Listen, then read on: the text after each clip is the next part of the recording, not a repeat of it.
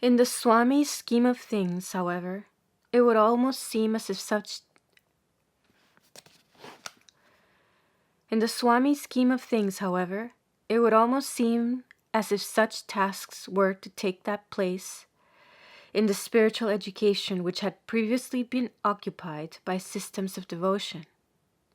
To the Advaitin, or strict believer in the Indian philosophy of Vedanta, the goal lies in the attainment of that mood in which all is one and there is no second.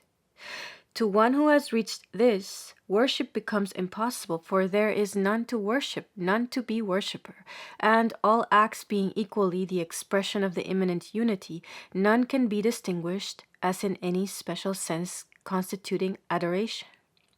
Worship, worshipper, and worshipped are one. Yet it is admitted, even by the Advaitin, that systems of praise and prayer have the power to purify the heart of him who uses them.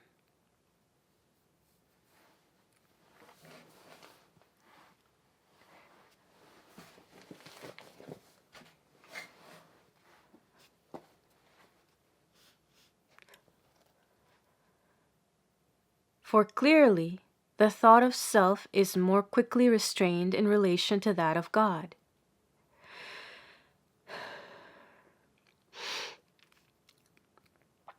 For clearly, the thought of self is more quickly restrained.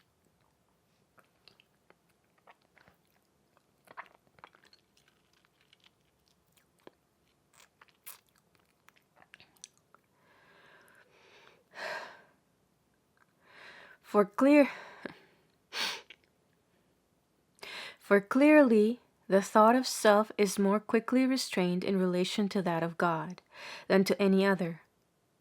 Worship is thus regarded as the school or preparation for higher stages of spiritual development. But the self-same sequence would seem to have held good in the eyes of the Swami with regard to work or the service of man.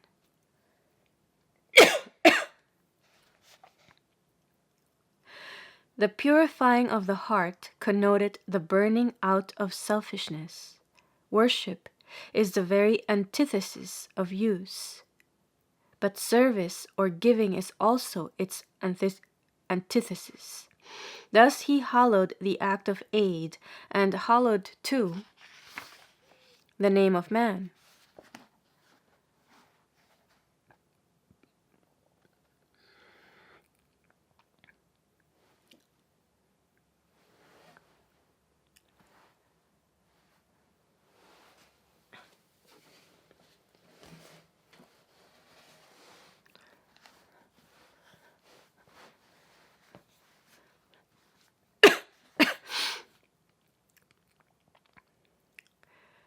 Till I know of one disciple who, in the early days of the order, was so filled with the impulse of this reverence that he sucked the sores of the lepers to bring them ease.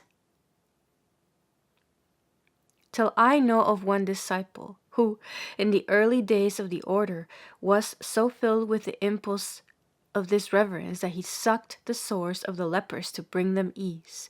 The nursing of the sick and the feeding of the poor had indeed from the first been natural activities of the children of Ramakrishna. But when the Swami Vivekananda returned from the West, these things took on a larger aspect. They were considered from a national point of view. Men would be sent out from the monastery to give relief in famine-stricken areas, to direct the sanitation of a town, or to nurse the sick and dying at a pilgrim center.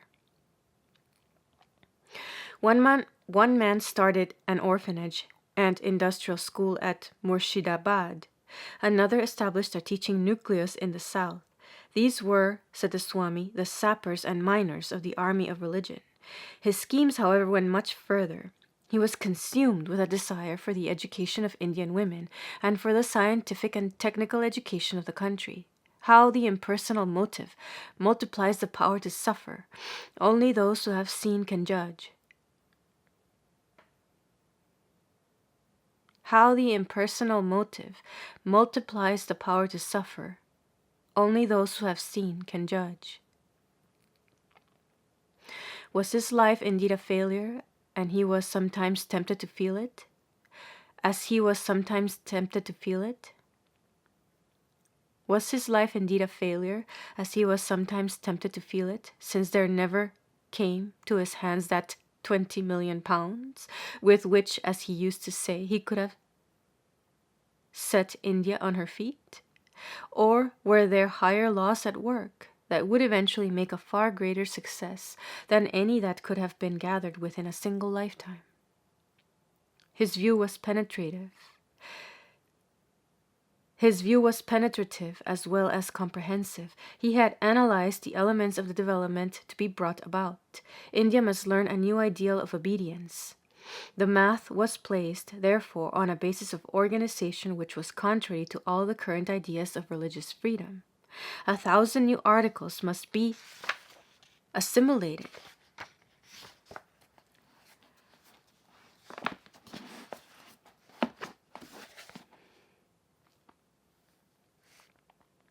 Therefore, though his own habits were of the simplest, 2 or 3 rooms were provided with furniture.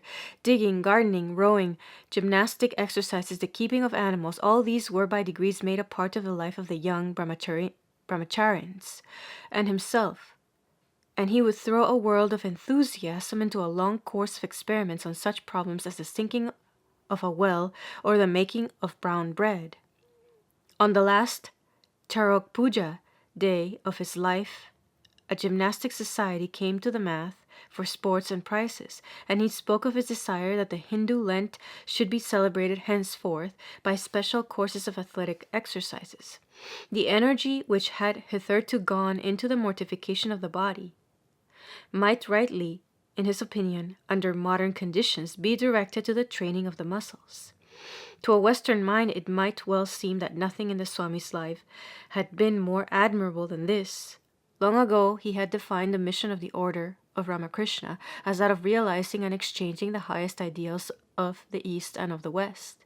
And assuredly he here proved his own power to engage in such an undertaking, as much by his gift of learning as by that of teaching. But it was inevitable that he himself should from time to time go through the anguish of revolt.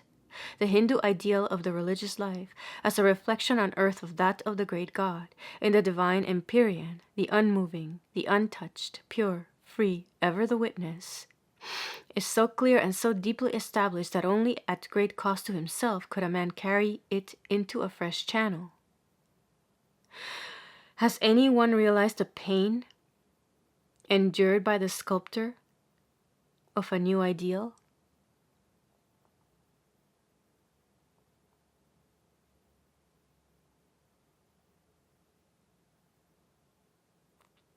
The very sensitiveness and delicacy of perception that are necessary to his task, that very moral exaltation which is as the chisel in his hand, are turned on himself in passive moments to become doubt and terror of responsibility.